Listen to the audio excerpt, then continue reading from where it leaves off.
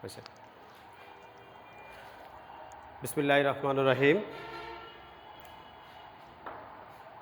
সুপ্রিয় শিক্ষার্থীবৃন্দ, সবাই ভালো আছো? আমিও ভালো আছি আলহামদুলিল্লাহ। ওয়ারুক রহমানিয়া উচ্চ বিদ্যালয় অনলাইন ক্লাস থেকে সবাইকে স্বাগত। আমি মোহাম্মদ মুস্তফা কামাল, সহকারী শিক্ষক গণিত। শিক্ষার্থী বন্ধুরা, আমরা আজ নবম দশম শ্রেণীর পদার্থবিজ্ঞান বিষয়ের নবম অধ্যায় আলোর প্রতিসরণ নিয়ে আমরা আলোচনা করব। আমরা গত ক্লাসে আলোর প্রতিফলন নিয়ে কাজ করেছিলাম। আজকে আমরা আলোর প্রতিসরণ নিয়ে কাজ করব। শিক্ষার্থী বন্ধুরা, প্রথমে আমাদেরকে জানতে হবে আলোর প্রতিসরণ কি।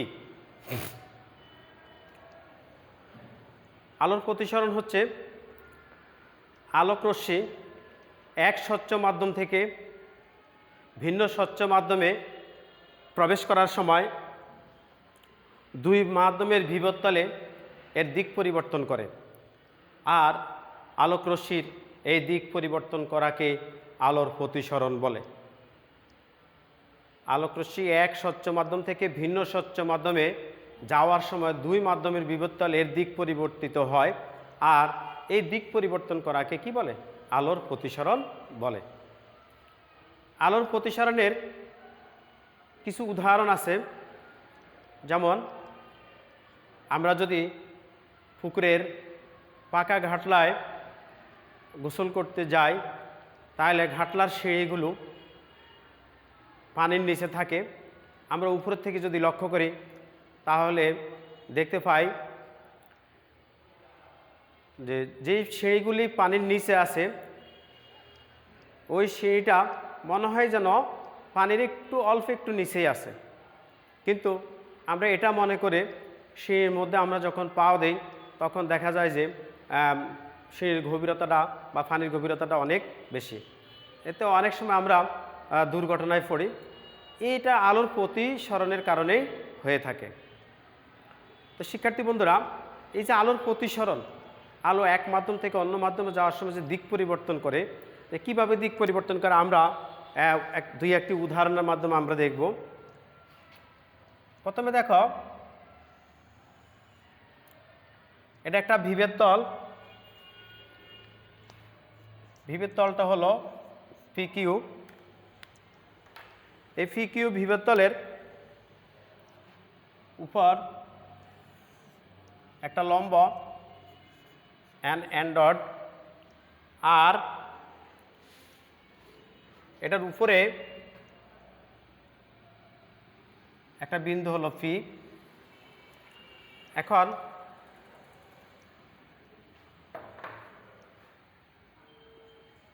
এটা হলো বি। এখন আলোক রশ্মি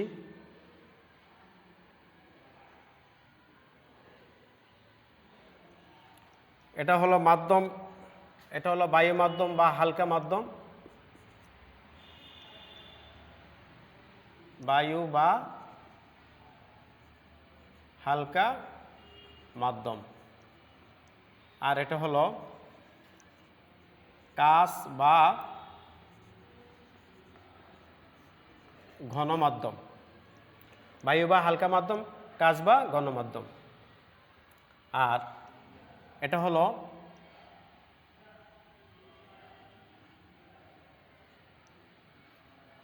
এই এ বি আপতিত রশ্মি পি কিউ বিভবতলের বি বিন্দুতে আপতিত হয়ে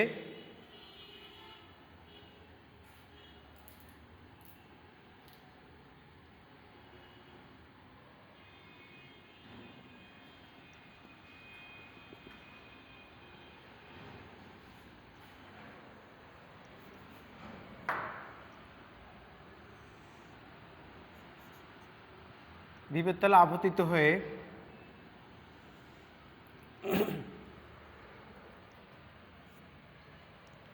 বিসি পথে প্রতিফলিত বা প্রতিসরিত হয়।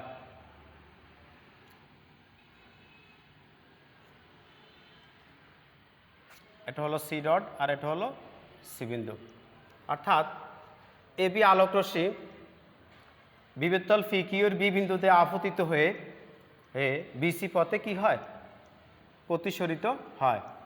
এখানে দেখা গেছে শিক্ষার্থী বন্ধুরা আপতিত রশ্মিটা অবিলম্ব এন বি এন ডটের সাথে এ বি এন কোণ আপতন কোণ উৎপন্ন করে। এ বি এন কোণ আপতন কোণ যাকে আই দ্বারা প্রকাশ করে আপতন কোণ উৎপন্ন করে। এখন বি বিন্দুতে আপতিত হওয়ার পর সে প্রতিসরিত হয়। প্রতিসরিত হওয়ার সময় একটু দিক পরিবর্তন, যাওয়ার কথা ছিল সি ডট পথে, সি ডট পথে না গিয়ে একটু লম্বের দিকে আসছে।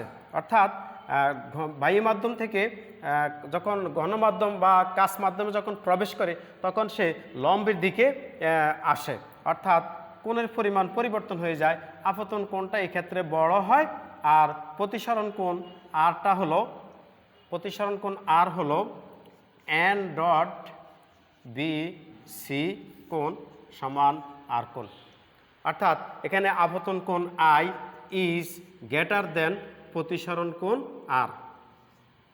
অর্থাৎ আপতন কোণটা আর প্রতিসরণ কোণের সেই কি হয়, বড় হয় যখন হালকা মাধ্যম থেকে কি করে, গণমাধ্যমে প্রবেশ করে।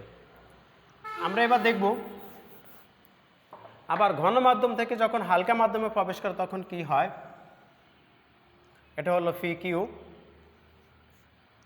বিভেদ তল, এটা হলো এন বি এন ডট হলো অবিলম্ব, এটা হলো বি বিন্দু। এখন এটা হলো ঘন মাধ্যম বা কাচ মাধ্যম,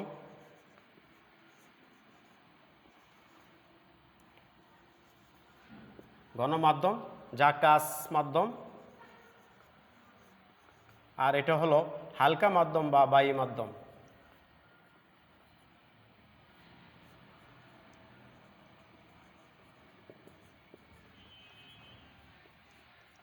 হালকা মাধ্যম বা বায়ু মাধ্যম। এখন আলোক রশ্মি এই ঘন মাধ্যম থেকে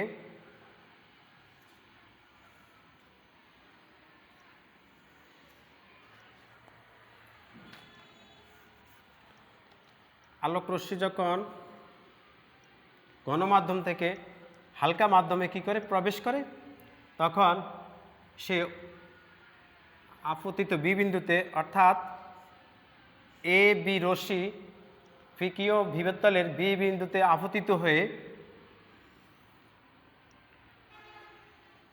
বিসি পথে কি হয়, প্রতিসরিত হয়। অর্থাৎ এক্ষেত্রে আপতন কোণ আই, আপতন কোণ আই আর প্রতিসরণ কোণ হলো আর। প্রতিসরণ কোণটা হলো আর, আপতন কোণ আই এবং প্রতিসরণ কোণ আর। যখন গণমাধ্যম থেকে কি করে হালকা মাধ্যমে প্রবেশ করে আপতন কোণ আই কি হয়ে যায়, ছোট হয়ে যায় এবং প্রতিসরণ কোণ আর কি হয়ে যায়, বড় হয়ে যায়। অর্থাৎ আলোক রশ্মি যখন গণমাধ্যম থেকে হালকা মাধ্যমে প্রবেশ করে তখন সে অবিলম্ব থেকে দূরে সরে যায়। অর্থাৎ আপতন কোণ A B N dot equal to I কোণ, আর প্রতিসরণ কোণ এন বি সি কোণ ইকুয়াল টু আর কোণ। তাহলে এখানে আই কোণ ইজ লেস দেন আর কোণ, অর্থাৎ আপতন কোণ প্রতিসরণ কোণের সেই কী হয়ে যায়, ছোট হয়ে যায়, আর প্রতিসরণ কোণ আপতন কোণের সেই কী হয়ে যায়, বড় হয়ে যায়। আর যখন হালকা মাধ্যম থেকে ঘন মাধ্যমে প্রবেশ করে তখন আপতন কোণ প্রতিসরণ কোণের চেয়ে বড় হয়। এই হলো আলোর প্রতিসরণের উদাহরণ। শিক্ষার্থী বন্ধুরা, আমরা একবার দেখব আলোর প্রতিসরণের সূত্র। আলোর প্রতিসরণের দুইটি সূত্র আছে। আলোর প্রতিসরণের দুইটি সূত্র আছে। একটি হলো, প্রথম সূত্র, আপতিত রশ্মি প্রতিসরিত রশ্মি এবং বিপদতলের উপর অঙ্কিত অবিলম্ব একই সমতলে অবস্থান করে। এটা হলো প্রতিসরণের প্রথম সূত্র। প্রতিসরণের দ্বিতীয় সূত্র হলো একজোড়া নির্দিষ্ট মাধ্যম এবং নির্দিষ্ট বর্ণের আলোক রশ্মির ক্ষেত্রে আপতন কোণের সাইন এবং প্রতিসরণ কোণের সাইনের অনুপাত সর্বদা ধ্রুবক হয়। এটা হলো আলোর প্রতিসরণের দ্বিতীয় সূত্র, আর এটাকে স্নেলের সূত্র বলা হয়।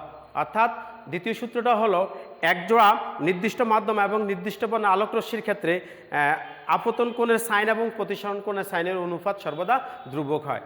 এটাই হলো প্রতিসরণের দ্বিতীয় সূত্র। তাহলে আলোর প্রতিসরণের দুইটি সূত্র, একটা হলো আপতিত রশ্মি, প্রতিসরিত রশ্মি ও বিদ্যুৎতলের উপর অঙ্কিত অবিলম্ব একই সমতলে অবস্থান করে, এবং দ্বিতীয় সূত্র হলো একজোড়া নির্দিষ্ট মাধ্যম এবং নির্দিষ্ট রঙের আলোক রশ্মির ক্ষেত্রে আপতন কোণের সাইন এবং প্রতিসরণ কোণের সাইনের অনুপাত সর্বদা ধ্রুবক হয়।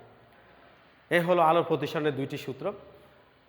শিক্ষার্থী বন্ধুরা, আমরা এবার শিখব প্রতিসরণাঙ্ক। প্রতিসরণাঙ্ক কাকে বলে?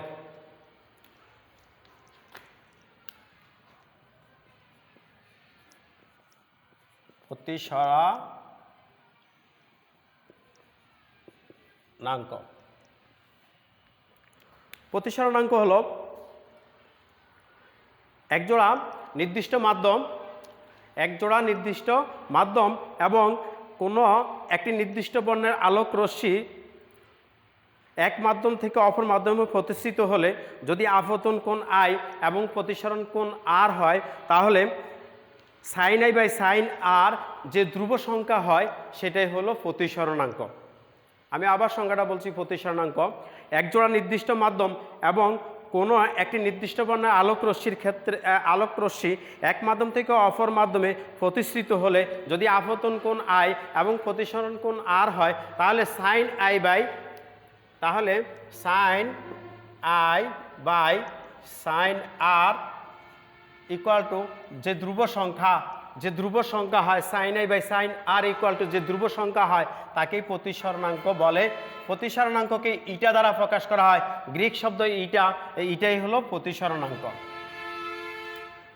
যেমন এ মাধ্যম সাপেক্ষে এই মাধ্যম থেকে যদি বি মাধ্যমে কি করে আলো প্রবেশ করে, তাহলে এ মাধ্যম সাপেক্ষে বি মাধ্যমের প্রতিসরণাঙ্ক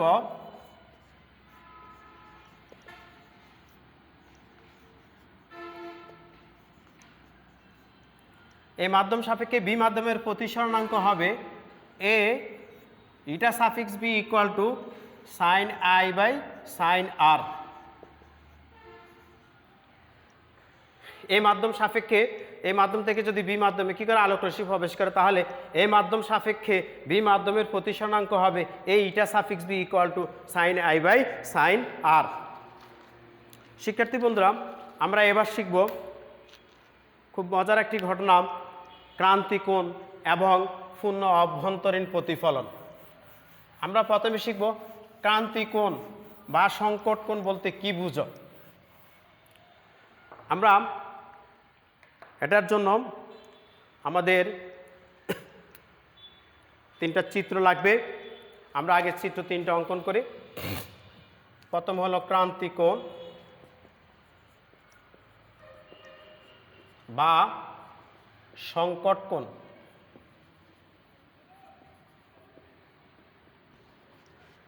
শিক্ষার্থী বন্ধুরা, আমরা তিনটা চিত্রের মাধ্যমে এই জিনিসগুলো উপস্থাপন করব।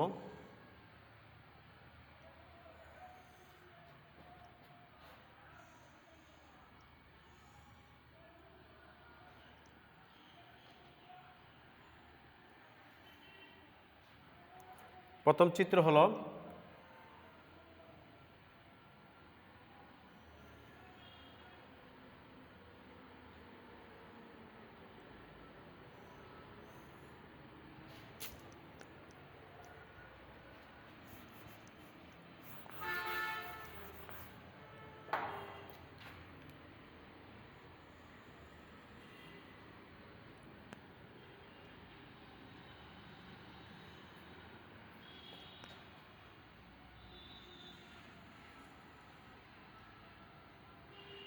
এটা হলো 1 নম্বর চিত্র এটা হলো 2 নাম্বার চিত্র, আর এটা হলো 3 নাম্বার চিত্র।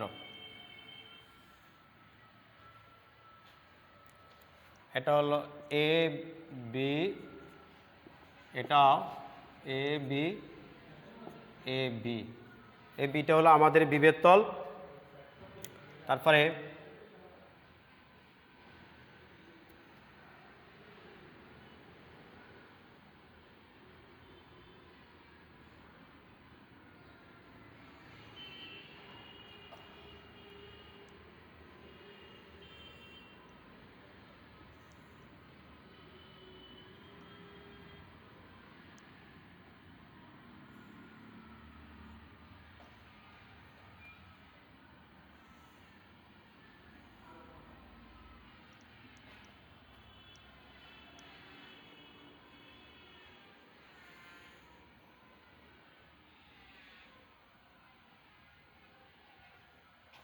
এটা হলো এন এন ডট, এটা হলো এন এন ডট, এটা হলো এন এন ডট, এটা হলো ফি, এখান থেকে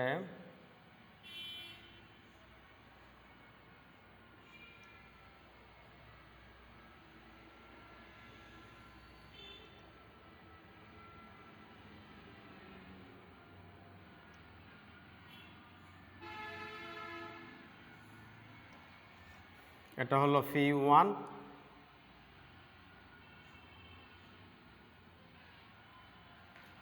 আর এটা হলো ফি 2,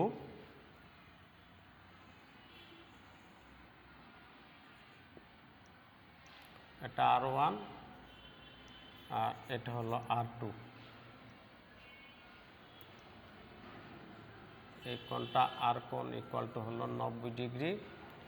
এটা আপতন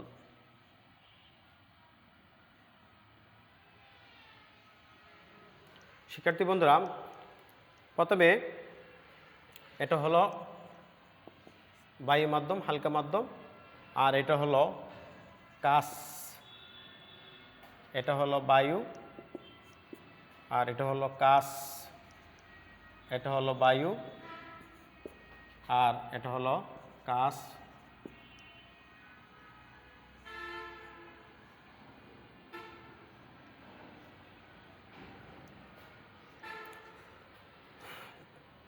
এটা আর, এটা R1, আর এটা R2। এটা হলো কিউ বিন্দু, এটাও হলো কিউ বিন্দু, এটাও হলো কিউ বিন্দু। শিক্ষার্থী বন্ধুরা, প্রথমে আসো 1 নাম্বার চিত্রে ক্রান্তি কোণ।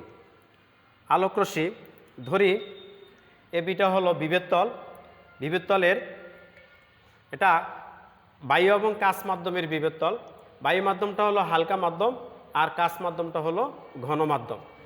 ফিকিউ আলোকরশ্মি, এটা ফিকিউ আলোকরশ্মি বিভেদ তলের কিউ বিন্দুতে আপতিত হয়ে প্রতিসরণের পর সে কিউ আর পথে চলে যায়, প্রতিসরণের পর কিউ আর পথে চলে যায়। শিক্ষার্থী বন্ধুরা, আমরা 1 নম্বর চিত্রে দেখতেছি যে আপতন কোণটা যতটুকু, প্রতিসরণ কোণটা তার চেয়ে বড়।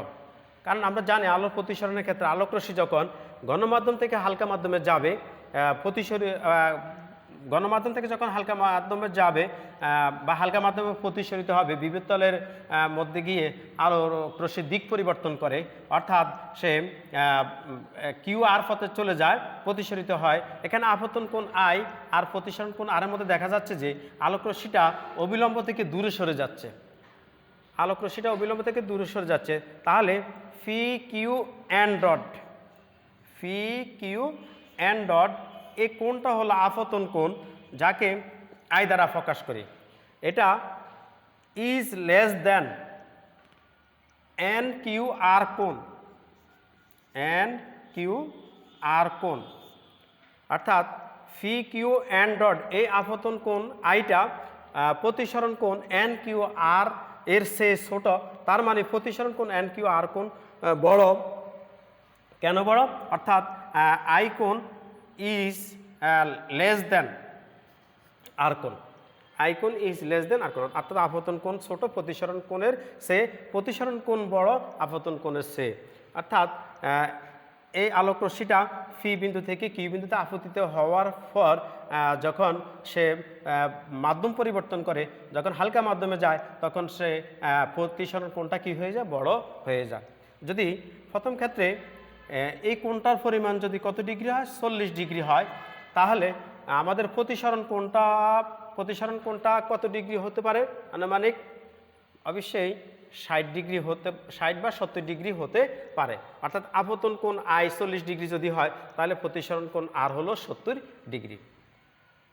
আমরা 2 নম্বর চিত্রের মধ্যে দেখতেছি যে যদি আমরা এই আপতিত রশ্মিকে যদি একটু আপতন কোণটার যদি পরিবর্তন করি, অর্থাৎ আপতন কোণটাকে যদি আমরা একটু বাড়াই, আগের সে যদি বৃদ্ধি পায়, অর্থাৎ যদি কত ডিগ্রি হয়, আগে আসলে 40 ডিগ্রি, এখন যদি 50 ডিগ্রি হয়, তাহলে প্রতিসরণ কোণটাও বেড়ে যাবে, প্রতিসরণ কোণটাও কী হয়ে যাবে, বেড়ে যাবে। দেখো ফি ওয়ান কিউ আলোক রশ্মিটা বিভবতলের কিউ বিন্দুতে আপতিত হয়ে প্রতিসরণের পর অবিলম্ব থেকে সে আরও দূরে সরে গেছে, অর্থাৎ সে কীভাবে চলে গেছে, বিভবতলের উপর দিয়ে চলে গেছে। অর্থাৎ এখানে সে কত ডিগ্রি কোণ উৎপন্ন করছে, 90 ডিগ্রি কোণ। ধরো আগে কোণ ছিল, আপতন কোণ ছিল 40 ডিগ্রি আর প্রতিসরণ কোণ ছিল 70 ডিগ্রি। এখন আপতন কোণ যদি বাড়াই, তাহলে এটা হয়ে যাবে কত ডিগ্রি, 50 ডিগ্রি, আর প্রতিসরণ কোণের পরিমাণ বেড়ে যাবে, অর্থাৎ এটা 90 ডিগ্রি হয়ে যাবে। তার মানে এই আপতন কোণ আই, এটাকে আমরা যদি থিটা সি দ্বারা প্রকাশ করি, আপতন কোণ আই ইজ গ্রেটার দেন, আপতন কোণ I is less than theta C, অর্থাৎ আপতন কোণের সে থিটা সিটা এখানে কি হয়ে গেল, বড় হয়ে গেল। অর্থাৎ আগে ছিল 40 ডিগ্রি 1 নম্বর চিত্রে, 2 নম্বর চিত্রে আমাদের আপতন কোণ হলো 50 ডিগ্রি। তাহলে এই 50 ডিগ্রিটাকে আমরা থিটা সি দ্বারা প্রকাশ করব, আর এটাই হলো সংকট কোণ, এটাই হলো সংকট কোণ। অপরপক্ষে প্রতিসরণ কোণ হয়ে গেল কত ডিগ্রি, 90 ডিগ্রি। অর্থাৎ আপতন কোণের যে মানের জন্য প্রতিসরণ কোণটা 90 ডিগ্রি হয়, আপতন কোণের যে মানের জন্য প্রতিসরণ কোণটা 90 ডিগ্রি হয়, তাকেই সংকট কোণ বা ক্রান্তি কোণ বলে। তাহলে আপতন কোণ কত ডিগ্রি, 50 ডিগ্রি, আর প্রতিসরণ কোণ এখানে কত ডিগ্রি, 90 ডিগ্রি। 90 ডিগ্রির জন্য আমরা আপতন কোণটা পাইছি কত ডিগ্রি, 50 ডিগ্রি। এই 50 ডিগ্রি কোণটাকেই আমরা 90 ডিগ্রি কোণের সাপেক্ষে ক্রান্তি কোণ বা সংকট কোণ বলবো, যাকে থিটা সি দ্বারা প্রকাশ করা হয়। আমাদের 1 নম্বর চিত্রে আছে আই কোণের পরিমাণ 40 ডিগ্রি। এখন এই সংকট কোণের পরিমাণ আমাদের হলো 50 ডিগ্রি, যার কারণে theta theta is greater than, theta C is greater than I. অর্থাৎ তাহলে বোঝা যায় যে সংকট কোণ অবশ্যই আপতন কোণের সেই কি হবে, বড় হবে। তাহলে আপতন, আমরা সংজ্ঞা শিখলাম ক্রান্তি কোণ কাকে বলে, আপতন কোণের যে মানের জন্য প্রতিসরণ কোণটা 90 ডিগ্রি হয়, বা প্রতিসরণ কোণ 90 ডিগ্রি সাপেক্ষে। এখানে প্রতিসরণ কোণ হলো NQR1, NQR1, এটা হলো প্রতিসরণ কোণ। ইজ গ্রেটার দেন, আপতন কোণ হলো আমাদের P1QN ডট, P1QN ডট। তাহলে NQR1 কোণটা প্রতিসরণ কোণ অবশ্যই কার চেয়ে বড়, আপতন কোণের চেয়ে বড়। অর্থাৎ প্রতিসরণ কোণের এই সাপেক্ষে আর আপতন কোণ, এটাকে বলা হয় ক্রান্তি কোণ বা সংকট কোণ। শিক্ষার্থী বন্ধুরা, আমরা ক্রান্তি কোণ বা সংকট কোণ কি তা জানলাম।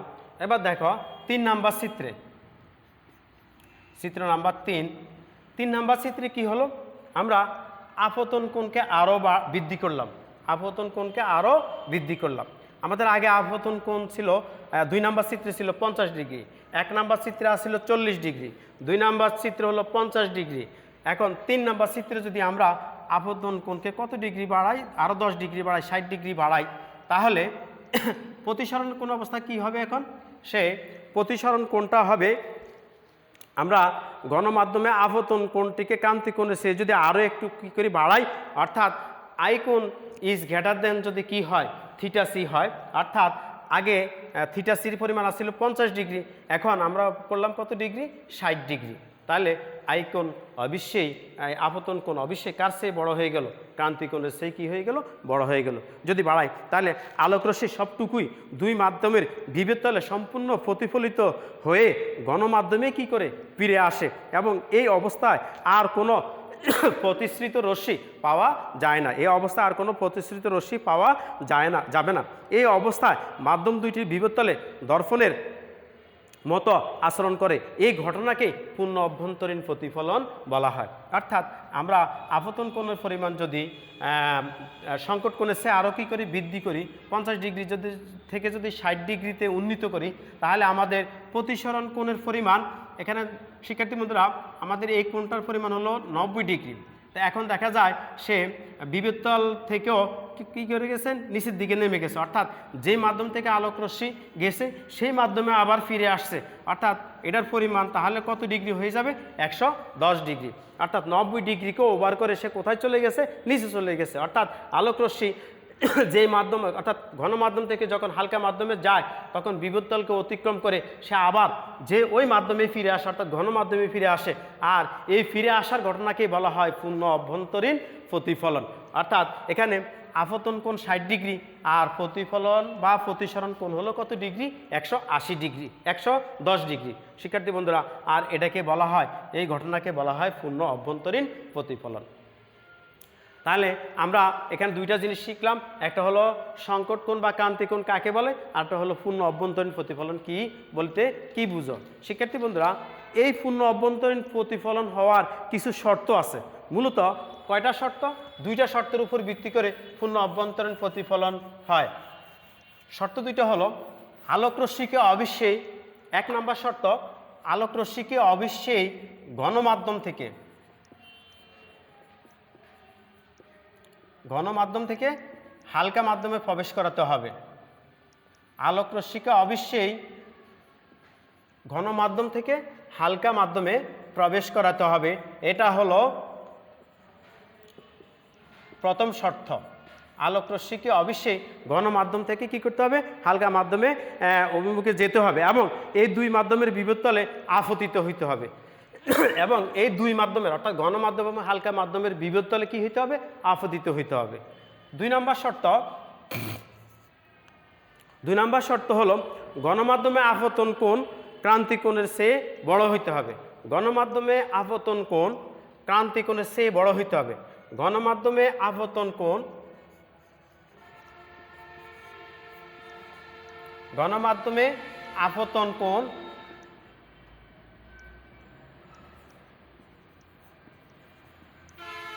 ক্রান্তি কোণের চেয়ে বড় হইতে হবে। গণমাধ্যমে আপতন কোণ ক্রান্তি কোণের চেয়ে বড় হইতে হবে।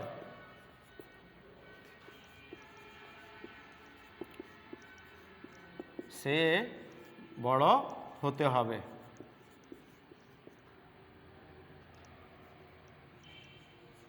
শিক্ষার্থী বন্ধুরা আমরা 3 নম্বর চিত্রে দেখো, আমাদের 2 নম্বর চিত্রে আসিল আপতন কোণ আসিল 50 ডিগ্রি, এটা হলো ক্রান্তি কোণ আমাদের বা সংকট কোণ। এখন 3 নম্বর চিত্রে দেখো আমাদের আপতন কোণটা হলো 60 ডিগ্রি, তাহলে সে অবশ্যই ক্রান্তি কোণের চেয়ে বড়, কারণ 60 ডিগ্রি 50 ডিগ্রি চেয়ে বড় 3 নম্বর চিত্রে। তাহলে আমরা দেখলাম এই শর্তটা কি হলো, প্রমাণ হলো। অর্থাৎ গণমাধ্যমে আপতন কোণ ক্রান্তি কোণের চেয়ে কী হবে, অবশ্যই বড় হতে হবে। শিক্ষার্থী বন্ধুরা আমরা আলোর প্রতিসরণের এতক্ষণ পর্যন্ত যা শিখলাম আমরা অবশ্যই তা বুঝতে পেরেছি। আমরা বাড়িতে এই যেই পড়ার যতটুকু আমি আলোচনা করেছি ততটুকু নিয়ে আমরা তোমরা অবশ্যই বাড়ির মধ্যে এগুলি দেখবা এবং আমরা পরবর্তী ক্লাসে আমাদের বাকি গাণিতিক সমস্যা এবং এই অধ্যায়ের আর যে থিওরিগুলি রয়ে গেছে এগুলো নিয়ে আলোচনা করব। সবাইকে ধন্যবাদ, সবাই সুস্থ থাকো, ভালো থাকো, আল্লাহ হাফেজ।